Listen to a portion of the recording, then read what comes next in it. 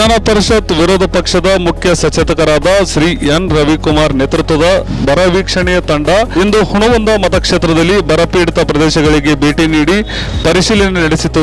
ಈ ತಂಡದೊಂದಿಗೆ ಹುಣಗುಂದ ಮತಕ್ಷೇತ್ರದ ಮಾಜಿ ಶಾಸಕ ದೊಡ್ಡನಗೌಡರು ಜೆ ಪಾಟೀಲ್ ಅವರು ಭಾಗವಹಿಸಿ ರೈತರ ಜಮೀನುಗಳಿಗೆ ಭೇಟಿ ನೀಡಿ ಬೆಳೆ ಹಾನಿ ಹಾಗೂ ರೈತರ ಸಮಸ್ಯೆಗಳನ್ನು ಸ್ಥಳದಲ್ಲೇ ಪರಿಶೀಲಿಸಿದರು. ಬರಗಾಲದ ತೀವ್ರತೆಯಿಂದ ರೈತರು 2 ಬಾರಿ ಬಿತ್ತನೆ ಮಾಡಿದರು.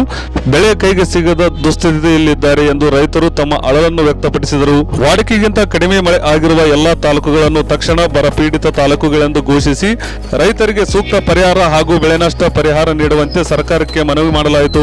ಈ ಸಂದರ್ಭದಲ್ಲಿ ಶಾಸಕರಾದ ಶ್ರೀ ಸಿದ್ದು ಸೌದಿ, ಶ್ರೀ ದುರ್ಯೋಧನ ಹೈವಳ್ಳಿ, ಶ್ರೀ PH ಪೂಜಾರ್, ಶ್ರೀ ಹನುಮಂತ್ ನಿರಾಣಿ, ರೈತ ಮೋರ್ಚಾ ರಾಜ್ಯಾಧ್ಯಕ್ಷ AS ಪಾಟೀಲ್ ನಡಹಳ್ಳಿ, ಬಾಗಲಕೋಟೆ ಜಿಲ್ಲಾ ರೈತ ಮೋರ್ಚಾ ಅಧ್ಯಕ್ಷ ಮಲ್ಲಿಕಾರ್ಜುನ್ ಗಡಿಯಣ್ಣನವರ್, ಜಿಲ್ಲಾ ಬಿಜೆಪಿ ಅಧ್ಯಕ್ಷ ಶಾಂತಗೌಡ ಪಾಟೀಲ್, ಬಸವರಾಜ್ ಯಂಕಂಚಿ ಸೇರಿದಂತೆ ಹಲವು ಮುಖಂಡರು ಉಪಸ್ಥಿತರಿದ್ದರು.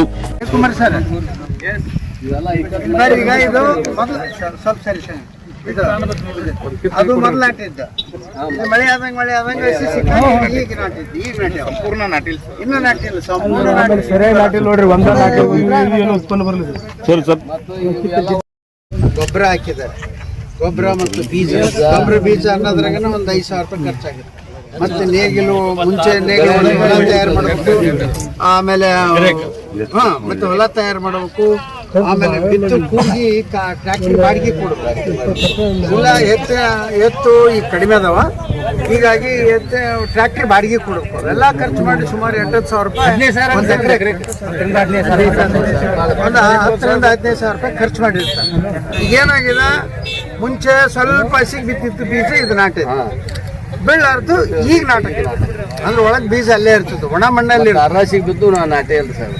ಒಣ ಮಣ್ಣಾಗೆ ಅದು ಅಷ್ಟು ಆ ನಿಟ್ಟಿಗಂತೂ ಏನೂ ಇಲ್ಲ. ಪೂರ ಆ ಕಡೆ ಎಲ್ಲ ನಮ್ಮೂರು ಭೂಮಿ ಸರ್. ಇದು ಪಕ್ಕದ್ದು ಉಳ್ಳಾಗಡ್ಡಿ ಹಾಕಿದ್ರು ಸರ್. ಮೆಣಸಿನಕಾಯಿ ಬಿತ್ತೇನ ಸರ್ ಇಲ್ಲಿ ರೈತ? ಮೆಣಸಿನಕಾಯಿ ಬಿತ್ತಿನ್ರಿ, ನಾಟೇ ಅಲ್ರಿ. ಅಷ್ಟು ಹರಿಗೇಟ್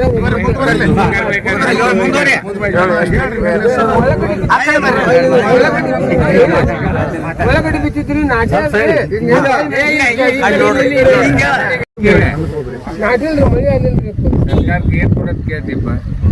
ಏನ್ ಅನುದಾನ ಕೊಡ್ರಿ ಸಾಹೇಬ್ರ. ಎಕರೆಕ್ಕೆ 50,000 ರೂಪಾಯಿ ಪರಿಹಾರ ಕೊಡ್ರಿ ಅಂತ. ಯಾರಾದ್ರೂ ಬಂದಿದ್ದ ನೋಡ್ಕೊಂಡು ಹೋಗಕ್ಕೆ? ಬಂದಿಲ್ಲ ಸರ್, ಯಾರು ಅಧಿಕಾರಿ ಬಂದಿಲ್ಲ. MLA